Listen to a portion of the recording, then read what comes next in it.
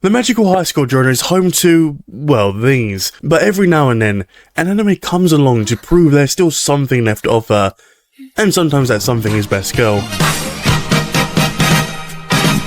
While Chivalry Failed Knight belongs to the Battle Academy genre, it isn't really about the battles. In fact, I'd argue this is another the Vision of 𝕎𝕒𝕟𝕒𝕒𝕒 situation, where the romance and character relationships take centre stage, as our two leads will soon prove. Speaking of which, we open with a TV broadcast announcing the arrival of Princess Stella Vermillion, that also introduces our protagonist, Ikki Kurogane. As we cut between him and Stella on her first day, the philosophy of this world is introduced. Your worth and strength are determined by your natural talent and magical ability at birth. However, he is determined to bring that worldview to show even the weakest person can surpass talent through relentless effort and determination. In this world, there are blazers, and the best of the best go on to become magical knights. So it's simple, aim to be number one. And already this sets the tone going forward. You are introduced to his concepts, the two main characters, and the main goal. I know there isn't much action going on right now, and while the animation has some interesting shots, but not much to go on about, I assure you this anime truly is stellar. Speaking of which...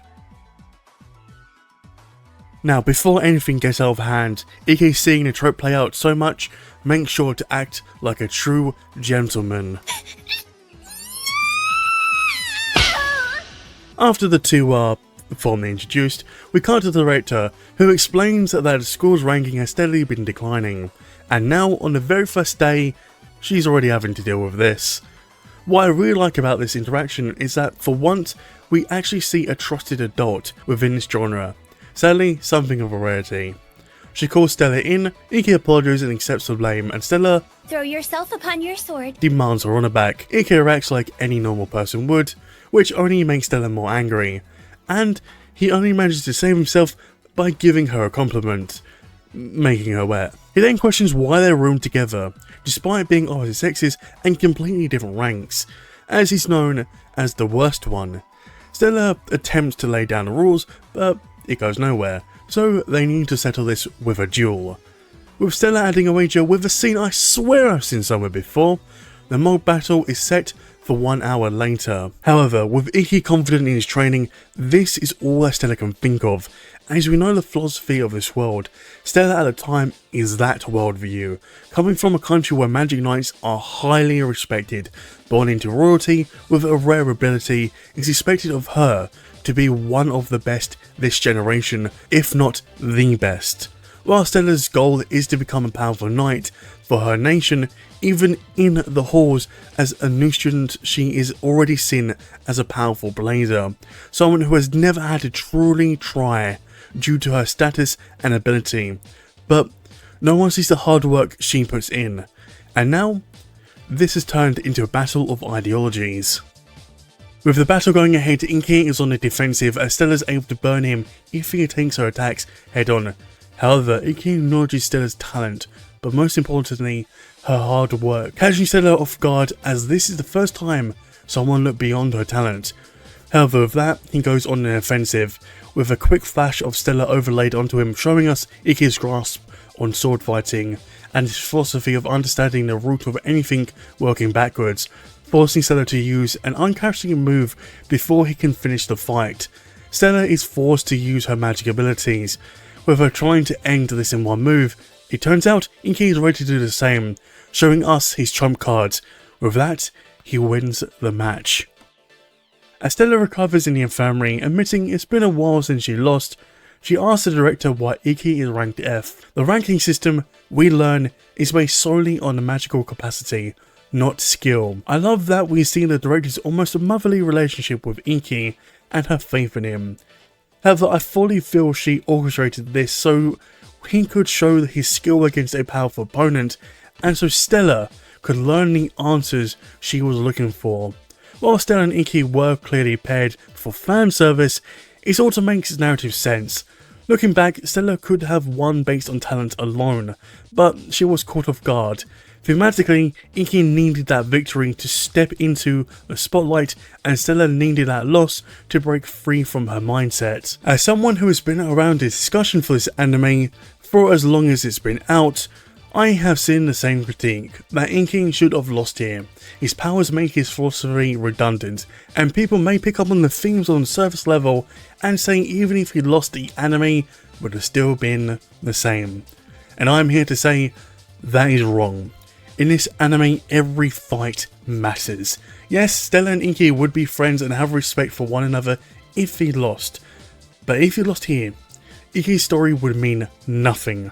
We saw his copy technique, we saw he understands the hard work that Stella did, and in response, when Stella showed her magic power, that was the wall, the philosophy of the world, with Ikki responding with his everything we have seen so far to himself, the philosophy, and Stella, that this is how hard work pays off in the end. This is the strength of a demon. This is 𝕒𝕥𝕒𝕥. Back at the dorm, Ikki is exhausted and asleep. Stella ends up in an awkward position and tries to get even for earlier, but he wakes up confused. Stella apologizes for labeling him, realizing that she suffered the same treatment and it was wrong of her to do the same to him. Ikki teases her about the wager and gives his order for them to become good friends, with a fist bump sealing their newfound bond. We then cut to a girl on a train, introducing Ikki's sister, and Stella's love rival. I swear this anime is good, just stick with me. Meanwhile, Ikki and Stella are out on their morning run, with Stella continuing her Sunday routine. Ikki mentions that his little sister will be attending the academy, and Stella quickly confirms they're actually related by blood. We're also introduced to another important teacher, Miss Yuri, one of the people responsible for helping Ikki get into the school. After class, a new challenger appears, Kagami, a self-proclaimed journalist starting a news club. Having witnessed their mob battle, she wants to interview Ikki. Stella immediately storms off, but before that can go anywhere, we meet the girl from before, Shizuku. After some family bonding, and Stella being forced to explain her master-servant relationship with Ikki, the two girls inevitably clash, with their fight being stopped by the director before it can go any further. Now this is a good point to stop and talk about one of the show's defining traits. As you can probably tell, Chivalry of Fahrenheit loves playing with anime tropes, but it does it with a wink to the audience. The series knows exactly what it's doing and usually provides an actual reason for why the situations play out. Shizuku is one of the biggest examples. Stella goes out of her way to confirm they're blood related, only for Shizuku to immediately become the most direct brother complex character imaginable. I know that's going to turn some people away, but the joke is largely that the series is playing fun at the trope itself. More importantly, Shizuku serves as a narrative purpose. Through her, we learn about Ikki's past. The Kurogane family viewed him as a disgrace to their bloodline and treated him accordingly.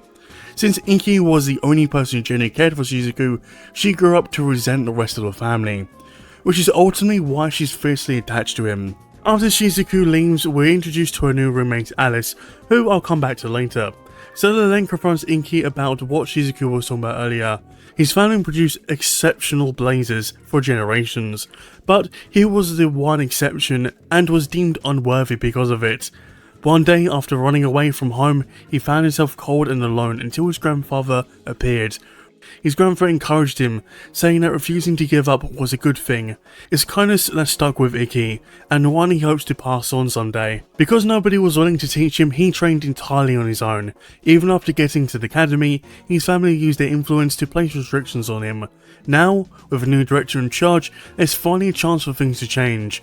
But even if everything falls apart, Ikki has already decided he won't give up. That isolation makes him even more relatable to Stella, which leads Stella to becoming far more assertive as she volunteers to scrub Ikki's back. This episode makes it clear that while Ikki may be the protagonist, the story is largely told through Stella's perspective. As she grows closer to Ikki and learns more about who he really is, so do we. While we also get a glimpse into Stella's drive, but I'll come back to that later. With Ikki and Stella finishing the sparring session, Stella receives confirmation on the next battle. When Ikki tries to tell her about her upcoming opponent, she stops him, showing the differences in how they would approach a battle. Yet, despite their differences, the two continue to complement each other so well. With no school the next day, Stella works up the courage to ask Ikki out on a date. only for Shizuku to beat her to the punch.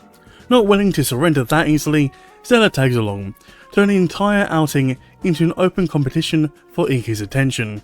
With Ikki trying to catch a break, Ikki admits to Alice he's surprised that Shizuku would open up to someone so quickly, thanking Alice for being there for her.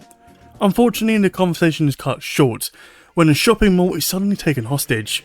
Alice quickly gets them to safety, giving us a first real look at her abilities.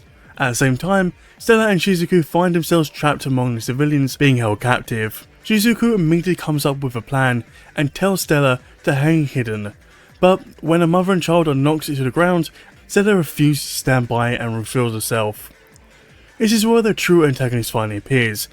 Rather than simply attacking Stella, he absorbs her power and redirects it back at her. To make matters worse, he decides to publicly humiliate her. What stands out here is that Stella never loses her composure. If anything, she's handling the situation better than Ikki is. While Ikki desperately wants to rush in, Alice is forced to hold him back, reminding him to trust Shizuku.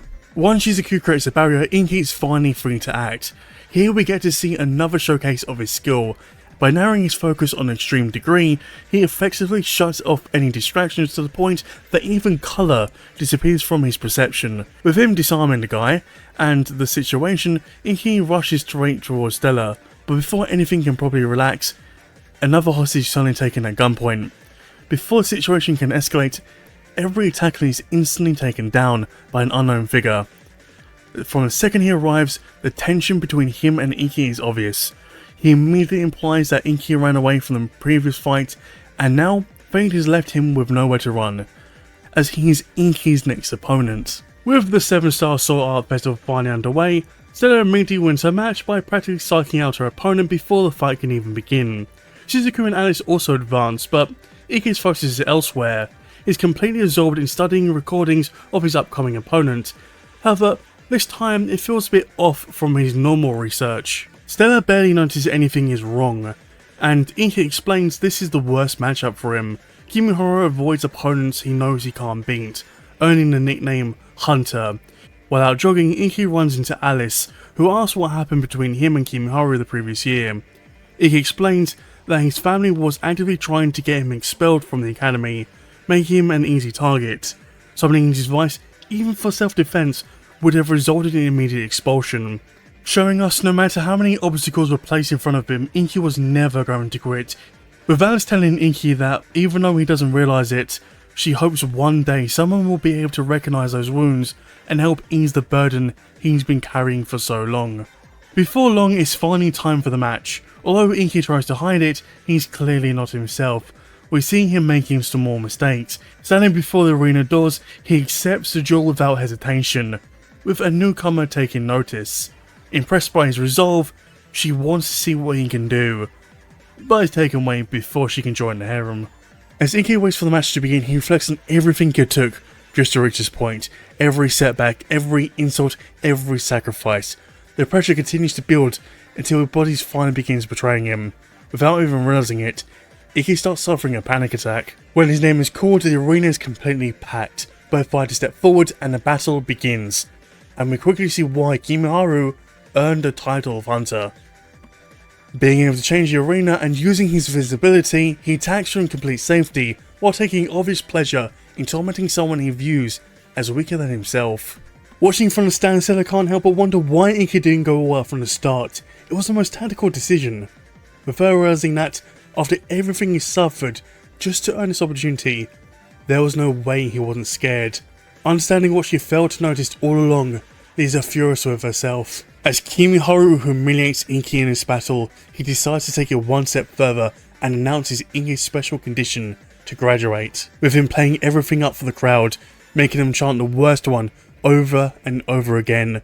The insults that have followed him his entire life now echo throughout the entire arena. However, there is only one voice that truly matters.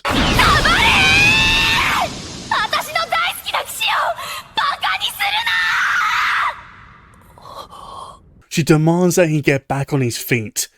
This isn't the knight she loves. For the first time in the match, Ikki commits himself completely. Using Blade Steel, he begins sensing the presence of the invisible arrows, tracking their origin through an advanced application of the technique. The battle instantly shifts in his favour. Now forced to fight on equal footing, Kimiharu quickly realizes he has lost. The hunter surrenders. Ikki wins. He's completely exhausted. When we next see him, Stella is sitting by his side, while Shizuku finally realizes what Stella truly means to him. Even Alice can see it, quietly comforting her as she comes to terms with the reality of their relationship. Stella vents her frustration over everything that happened. Ikki apologizes for making her worry, but more importantly, he tells her how he truly feels, and Stella does the same.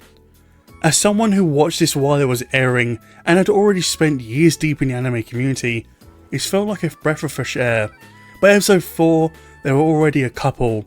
No endless misunderstandings, no resetting the relationship every episode, no dragging things out for an entire season. Instead, every interaction leading up to this moment pays off. Their flirting, their shared experience, their emotional support, and even the side characters all contribute to making this confession feel earned. The relationship doesn't happen because the story says it's time. It happens because the story has been building towards it from the very beginning. And that's why this moment works. Like I said before, Chivalry Knight often feels like a parody of its own genre, understands the tropes it's using, but instead of blindly following them, it consistently looks for ways to push beyond them. This episode is perhaps the clearest example of that philosophy. Just as Ikki refuses to accept the label of the worst one, the anime itself refuses to be defined by first impressions, both spending first 4 episodes proving they're far more than they initially imply, and in doing so, they're carving out their identity of their own. With Stella and Ikki now officially a couple, Stella finds herself facing an unexpected problem. 2 weeks have passed, and he still hasn't done anything with her as a girlfriend. Meanwhile, Ikki's success in the tournament continues to grow. He also unintentionally building a fanbase, much to Stella's annoyance and the frustration of most of the male students. Up until now, Stella and Ikki haven't really had a chance to communicate. Every time she tries to bring up their relationship, the conversation seems to go somewhere else. When Stella finally asks about his growing group of students and why he refuses to train her personally, Ikki reassures her that teaching her would only hold her back. He wants her to surpass anything he could ever imagine. With Stella tagging along, Ikki takes his students to the pool. Left on her own once again, Stella tries to clear her head. For a brief moment it works. She feels a little closer to him and gains a deeper understanding of how he sees the world. With Kagami breaking her out of her meditation, Stella accidentally ends up revealing her relationship with Ikki. Stella, in her frustration, finally boils over. Between Ikki's fans, lack of physical affection, and the 2 weeks of waiting, she's becoming increasingly impatient. Deciding enough is enough, Kagami drags Ikki over to settle things. With the two blocked off from the rest, she sees that he's a bit serious. With Ikki wanting to talk about their relationship, Stella takes it the worst possible way. With them both having a lot of misunderstandings, eventually they decide to stop overthinking things and simply say what they want the most at the same time. The answer is exactly the same. They both just want to kiss. And honestly, this scene alone is a huge reason why I think this anime still deserves to be talked about today. Ikki and Stella's relationship feels natural. We've watched Stella slowly go from teasing to flirting and to openly pursuing him. None of it feels rushed. But more importantly, none of it feels artificially. I also appreciate that Shizuku's storyline hasn't been forgotten. Instead, it's been used as a parallel to Stella's own feelings, allowing the show to explore similar emotions from completely different perspectives. But what I'm most grateful for is that Ikki and Stella actually feel like a couple. When Stella gets jealous, they talk about it. When misunderstandings happen, they work through them. And while the situations themselves can be exaggerated, the emotions underneath them feel simply realistic. By the end of the episode, the two head home together on the bus, only to discover that their next opponents have been announced. And they aren't about to get any easier. Both of them will be facing members of the student council. With Ikki and Stella up against the student council, it seems not even the student council can beat these two. However, someone has been watching them from a distance. As the 4 of them are walking together, Alice finally brings up the fact that they've had a stalker. A girl's been following Ikki around for nearly a week. With her getting to call off, they take a trip to the infirmary, where she awkwardly introduces herself as Ase Asasuji. Ikki instantly recognizes her name, realizing she's the daughter of a legendary swordmaster who greatly inspired him. When he asks about her father, however, she quietly reveals that he's currently in hospital. Ayase explains that she's been following Ikki because she's hit a wall in her training and didn't know how to approach him. Ikki welcomes her to train with him and they begin immediately. During practice, he notices that she's overly focused on perfectly replicating specific forms. She's trying so hard to imitate someone else, including him, that she's lost sight of her own style. The issue isn't from her form, but the belief that there's only one correct way to perform it. Ikki says he knows how to fix the issue, but if preserving her father's style is more important, he'll respect that and stay out of it. Ayase chooses to learn. After making a slight adjustment to her stance, the improvement becomes obvious from the very first swing. On the way home, Ayase compares Ikki to her father, describing his hands as both strong and gentle. The two promise to train together again. Later at night, Stella admits she's a little jealous after watching their interaction, though Ikki reassures her that he was only helping Ayase refine her technique. The following day, Stella joins the training session herself. To thank them, Ayase treats both of them to a meal. The mood quickly changes when a group of students arrive and begins harassing her. One of them recognizes Ikki as a swordsman and pretends to apologize before smashing a bottle over his head in an attempt to provoke a fight. Rather than retaliate, he simply smiles and let them leave. When Stella asks why he took the hit, Ikki explains that drawing his weapon would have meant immediate expulsion. He also notes that a student who attacked him was surprisingly skilled. The group eventually returns home. When Stella asks who those people were, Ayase hesitates to answer, but before she can explain, the next match announcements arrive, revealing that she and Ikki will be facing each other. The following day, Ayase suddenly fails to show up to practice. Ash speaks with Ikki about a message he received from her, and immediately points out that it's an obvious trap. Even so, Ikki calmly states that he's going anyway. With his mind made, he heads to go meet her. With Ikki and Ayase finally face to face, she asks him an important question. Bringing up his promise to Stella, she asks what happens if an obstacle appears as too great for the promise to be fulfilled. Ikki tells her he'll fight fairly and give everything he has. Taking that answer, Ayase suddenly jumps from that roof. With no time to think, Ikki activates 𝕉𝕬𝕉 to save her, only to realize this was her plan all along. By forcing him to use his ace, she believes she has finally created a situation where she can win. As Ikki tries to understand why she would go this far, the strain of 𝕉𝕬𝕉 catches up to him. Exhausted, he barely makes it back before Stella helps him recover. When he wakes, there's still time before the match, but before he can explain what happened, the headmaster questions him about the incident. Rather than answer directly, Ikki asks about Ayase instead. We learn that her father is currently hospitalized after a one-on-one duel, and Ikki quickly pieces together that the opponent was the sword eater, Hiroshiki. Carrying both her own pride and her family's, she's reached a point where she was willing to abandon both just to stand a chance. Once the battle begins, he finds himself facing Ayase with no knowledge of her ability or strategy, forcing him to fight completely blind. It doesn't take long for her to launch an attack he initially can't read, but soon realizes she's scattered traps throughout the arena before the match even started. However, he knew all along, yet he asked Miss Yuri to overlook it, to save a friend. Since this is still a sword fight, at its core, victory comes down to whether Ikki can outthink the traps rather than overpower them. Ikki realizes that despite everything he taught her, she isn't fighting as herself. She's forcing a style that goes against her nature.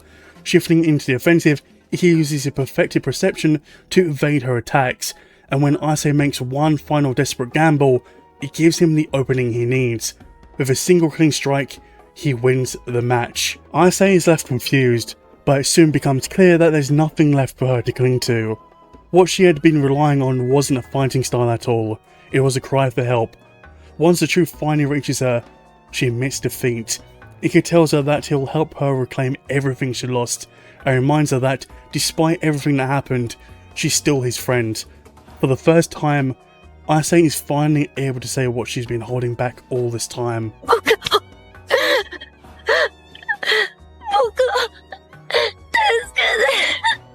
Ayase then tells us more about her father.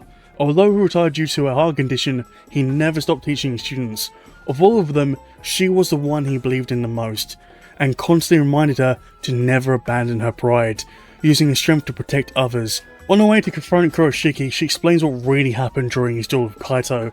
Despite winning, Kuroshiki never relied on a device, only his own skill.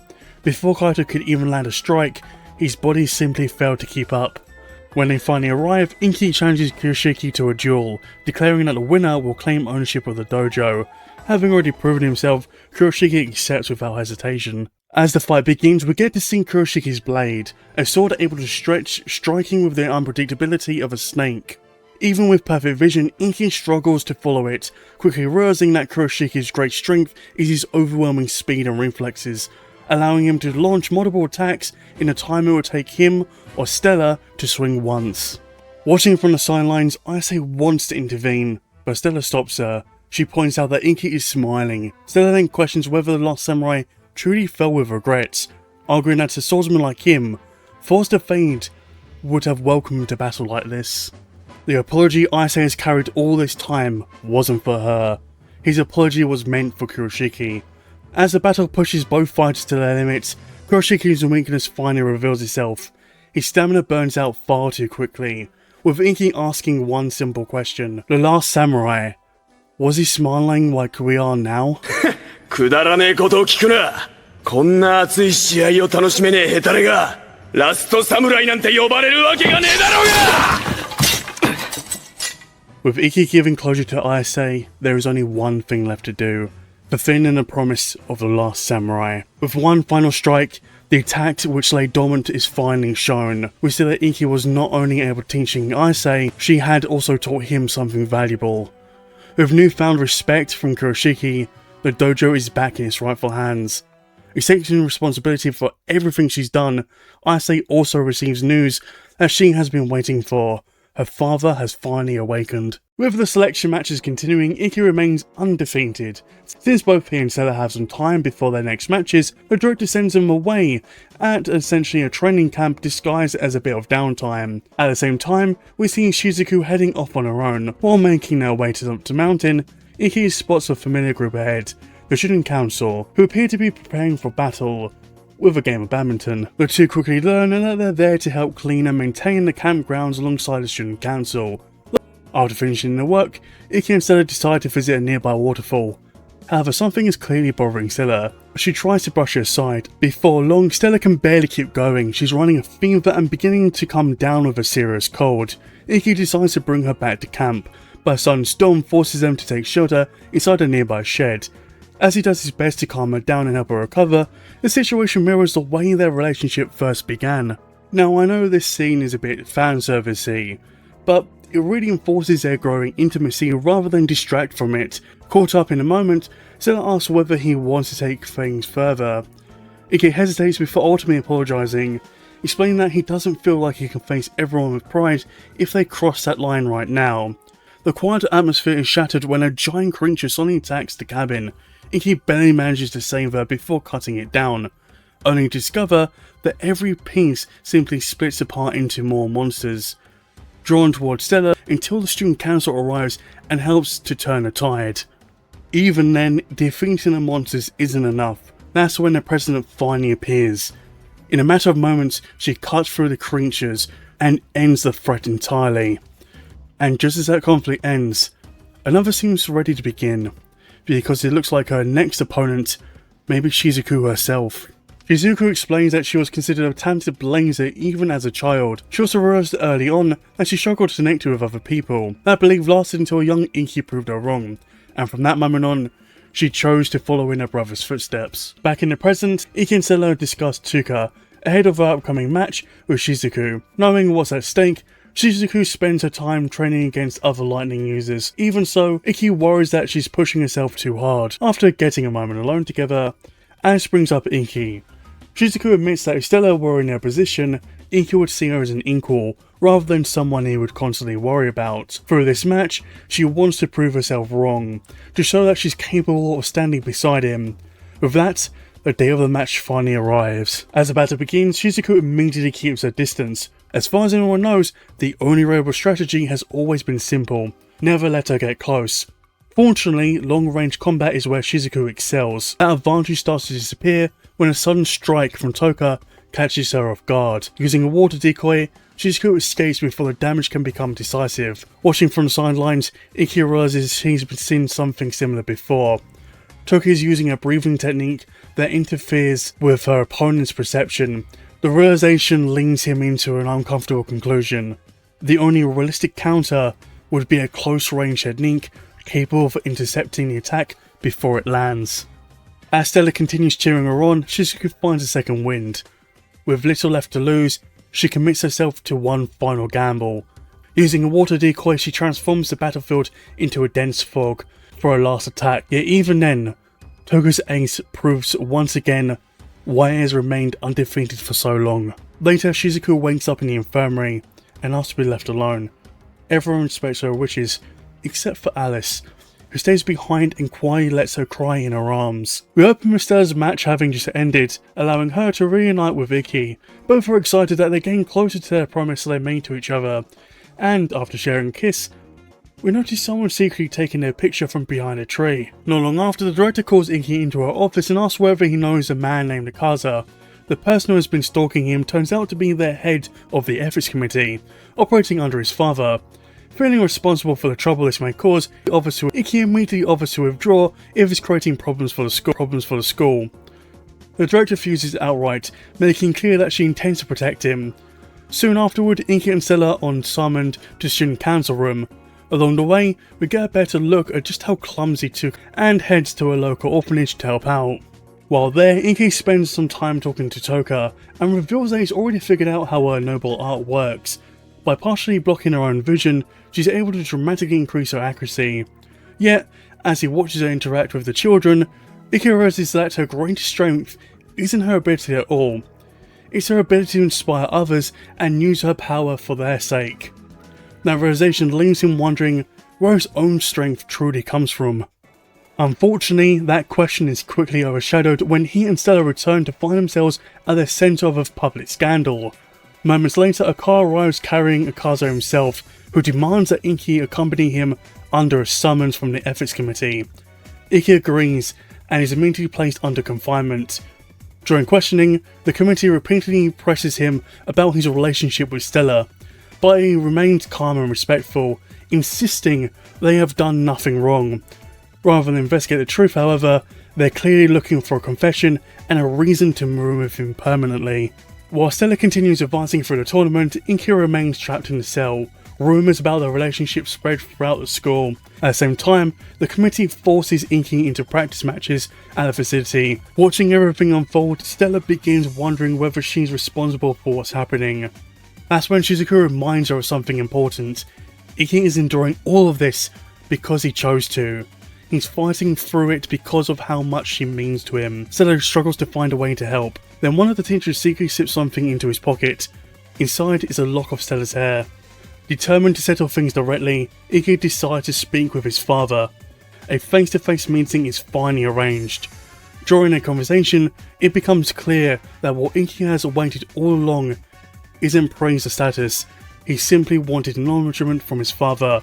His father claims that he has always acknowledged him. The problem, however, is that he never saw value in someone like Ikki.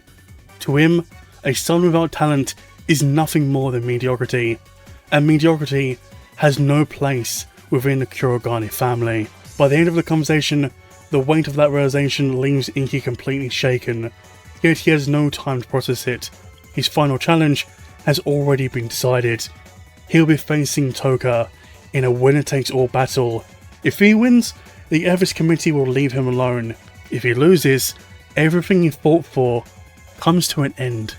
We cut to Toka and Shizuku speaking before the match. Toka admits that she agrees what the committee did was wrong, but she intends to honour their request. Where the two fighters meet in the arena, neither of them will hold anything back. Even so, she asks Shizuku for one favour: tell Ikki to withdraw. The next day arrives, and with it the final matches. The entire event is being broadcast live. However, the match may have to be cancelled. Ikki is nowhere to be found. We cut to Ikki desperately making his way to the stadium, exhausted from everything he's endured, forcing him to question whether all of his effort have accomplished anything besides bringing him more pain. How could someone like him ever hope to defeat a knight like Toka. Yet, he keeps pushing forward. As his strength begins to fade, he sees Shizuku supporting him. The crowd is waiting for him. The reason why he fights has been in front of him all along. And with Stella's side of the promise fulfilled, all that's left to do is win. The two finally meet in the arena, the girl who stayed in the heavens and the boy who climbed from hell. However, after everything has happened, But I still can't help being excited about this battle today. I feel exactly the same way, Toka.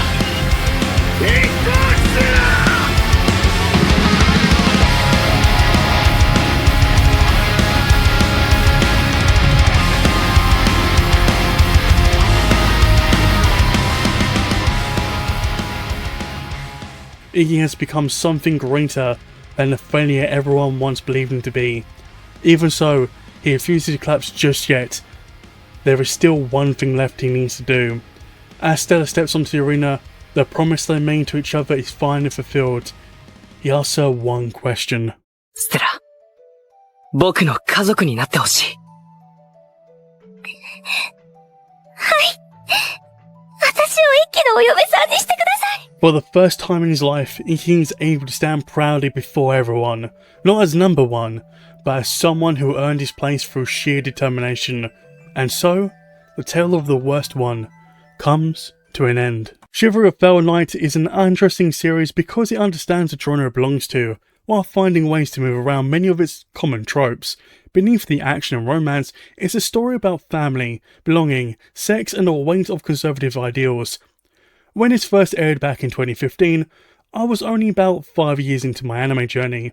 At the time, I was consuming shows like this non-stop. There was a lot of anime from that era that I enjoyed and still remember, but Chivalry was different. I think I was at the right point where I had become familiar enough with anime tropes that the first episode generally caught me off guard. Then episode 4 came along and completely hooked me, leaving me excited for the next week. And, like many people watching at the time, fantasizing about having a relationship like Ikki and Stella's.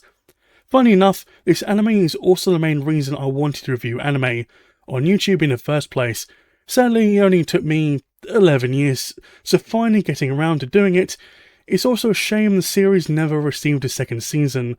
At the time, many people compared it to Asterisk War, since both shows were airing around the same period and shared a lot of surface level similarities. Yet even back then, despite not being able to properly explain why, I always felt that Chivalry was a stronger series. Looking back now, it feels like more and more people have come to appreciate what made it stand out. Unfortunately, a second season isn't likely to ever happen. To make matters even worse, there still isn't an official English translation to either the manga or light novels. Maybe one day that'll change, because I'd love to see more people experience the rest of the story.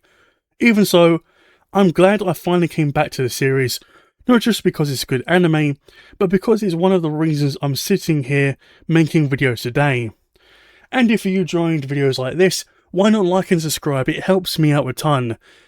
And speaking of helping me out a ton, thank you to today's supporters. It means the world to me they support a channel like mine.